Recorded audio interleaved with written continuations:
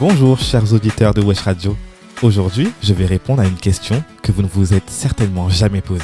D'où vient l'expression « Il faut rendre à César ce qui appartient à César ». Cette phrase, que vous avez sûrement déjà entendue, évoque l'idée qu'il faut reconnaître le mérite ou la propriété de quelque chose à la personne qui y a droit, sans en revendiquer le crédit pour soi-même. Mais quelle est l'origine de cette formule ? Il s'agit en fait d'une citation tirée des évangiles et qui porte un message à la fois religieux et politique. L'expression « il faut rendre à César ce qui appartient à César » provient des évangiles dans le Nouveau Testament. Elle est prononcée par Jésus, qui répond à une question piège posée par des pharisiens, un groupe influent de la société juive de l'époque.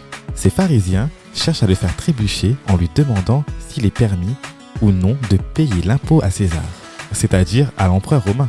Cette question est particulièrement délicate, car à cette époque, la Judée est sous domination romaine, et beaucoup de Juifs voient le paiement de ces impôts comme une soumission injuste à un pouvoir étranger. Jésus, pour répondre, demande qu'on lui montre une pièce de monnaie portant l'effigie de l'empereur César. Il demande ensuite à ses interlocuteurs de qui est l'image gravée sur la monnaie. Et lorsqu'ils répondent « de César », ils leur répondent alors cette phrase devenue célèbre. Rendez à César ce qui est à César, et à Dieu ce qui est à Dieu. Avec cette réponse, Jésus se tire habilement de l'embarras, en esquivant une prise de position politique directe tout en délivrant un message profond. Mais que signifie réellement cette phrase ? D'une part, Jésus semble rappeler qu'il est important de respecter les lois de l'autorité temporelle, c'est-à-dire l'État. La monnaie, marquée de l'effigie de César, représente le pouvoir de l'Empire romain, et donc sa souveraineté sur les questions matérielles et financières. Jésus invite ainsi ses auditeurs à ne pas confondre les devoirs envers l'État et les devoirs envers Dieu, qui relèvent d'un autre ordre, plus spirituel. En d'autres termes, il distingue les obligations terrestres, symbolisées par César, et les impôts, des obligations spirituelles qui sont réservées à Dieu. L'expression « rendre à César ce qui est à César » est donc un message de séparation entre le spirituel et le temporel. Dans un contexte de domination romaine, elle souligne que chaque chose a sa place et qu'il est légitime de respecter l'autorité humaine pour les affaires terrestres, tout en gardant son cœur tourné vers les valeurs spirituelles.